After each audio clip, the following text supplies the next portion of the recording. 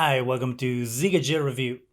So finally, the Xbox Series X and S controllers might be getting some of the features that the Dualsense, which is a controller for the PS5, has. I did a video about this when the Xbox Series X and S first came out, and I got to use the Xbox Series X controller, which you can see right here. There was an interview with Phil Spencer where he spoke about why they hadn't innovated, which is what it is, on the Xbox Series controller. You can see that video here and in the description section. At the time when I made the video, the way that Phil Spencer talked about the new Xbox Series controller and why they hadn't improved on it felt just very lazy to me. When the DualSense first came out and it was making the rounds, a lot of people said that it was gimmicky and some of these features, while they were cool, who knew how they were going to be used? Well, enter Call of Duty Black Ops Cold War, whatever the name is of that game, the new Call of Duty that just came out. They decided to actually take advantage of the adaptive triggers on the DualSense, making the new technology no longer a gimmick, but an actual feature that the PS5 has and the Xbox doesn't. Call of Duty decided to do with the adaptive triggers is that you can actually feel the difference between each gun on the trigger. But that wasn't the only game that did that. Rainbow Six Siege, also on the next gen update, they announced that they were going to use the adaptive triggers for the PS5. Once again, giving the PS5 an advantage when you play games that you don't get with the Xbox Series controller. Because let's be honest, the Xbox Series controller doesn't have that many more features than the Xbox One controller. All they did is make it a little smaller, add this D-pad here, and the share button. Besides that, it's pretty much the same controller. Oh, sorry, I almost forgot. The little grippy parts that you have here on the controller. But besides that, it's pretty much the same. Now, it seems that Xbox has realized that and that we might get an iteration of the Xbox Series controller that will include this haptic feedback and adaptive controllers. And the reason is because there's a survey going on to Xbox users that asks that question.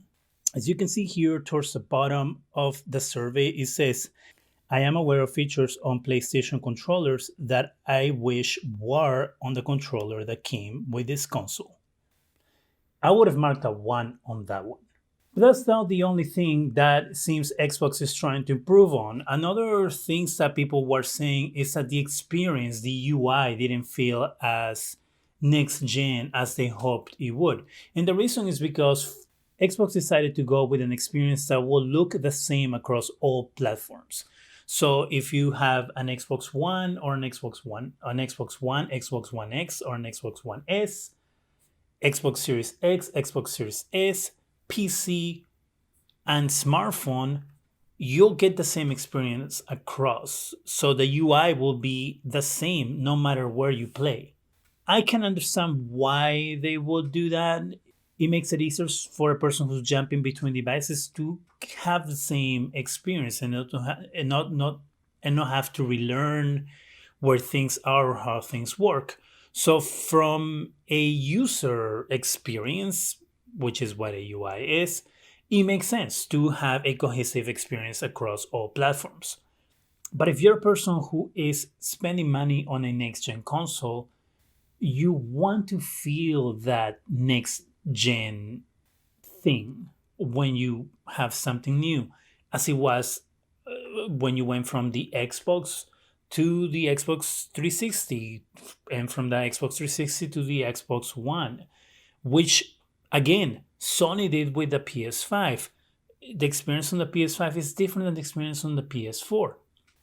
But here's another difference that Sony doesn't have to worry about, and that is what Xbox is trying to do with Game Pass and cloud gaming, which is something that Sony is well behind on, and Microsoft is obviously ahead and pretty much changing the way they see their platform and their console.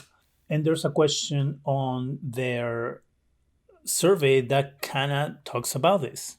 That's again at the bottom. Question is the console feels next gen.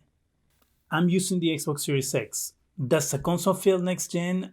My answer will have to be yes and no.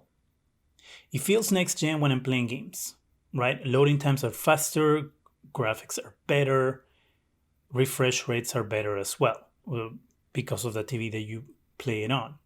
But besides that, I wouldn't say that there's anything else in the console that makes me say, whoa, I'm playing on a next gen console. Because when you go to the UI, if I go between my Xbox One X and the Xbox Series X, it's exactly the same. My Xbox One X has more games than my Xbox Series X, for example, and I am technically keeping my Xbox Series X to play exclusively Xbox Series X games or games that are optimized for the Xbox Series X in order to be able to get that experience. But I will have to say, as this person put in their answer, neither agree or disagree. It's a so-so kind of feeling. But this brings another small issue. What happens with me, for example, who pre-ordered the console ahead of time and got it on day one, and I have this controller? If they do add adaptive triggers and haptic feedback to the controllers, I am aware that I'm not going to get a replacement for free. I know that I'm going to have to buy a new controller with those features in order to take advantage of that. But will I get a discount because I decided to be an early adopter and to go and buy your console ahead of time? If this controller does change in future shipments and comes with the Xbox Series X or Xbox Series S, will we get some sort of discount? Do you think that Microsoft should go ahead and upgrade their controllers to match what the PS5 offers? Do you think that they should include the new updated controllers, if they do go that route, in new shipments of the Xbox Series consoles? Let me know in the comment section. That's it for me. Go ahead and subscribe, give us a thumbs up. It really helps the channel. Go ahead and hit that bell so you can be alerted every time we have new videos. And thank you very much for watching.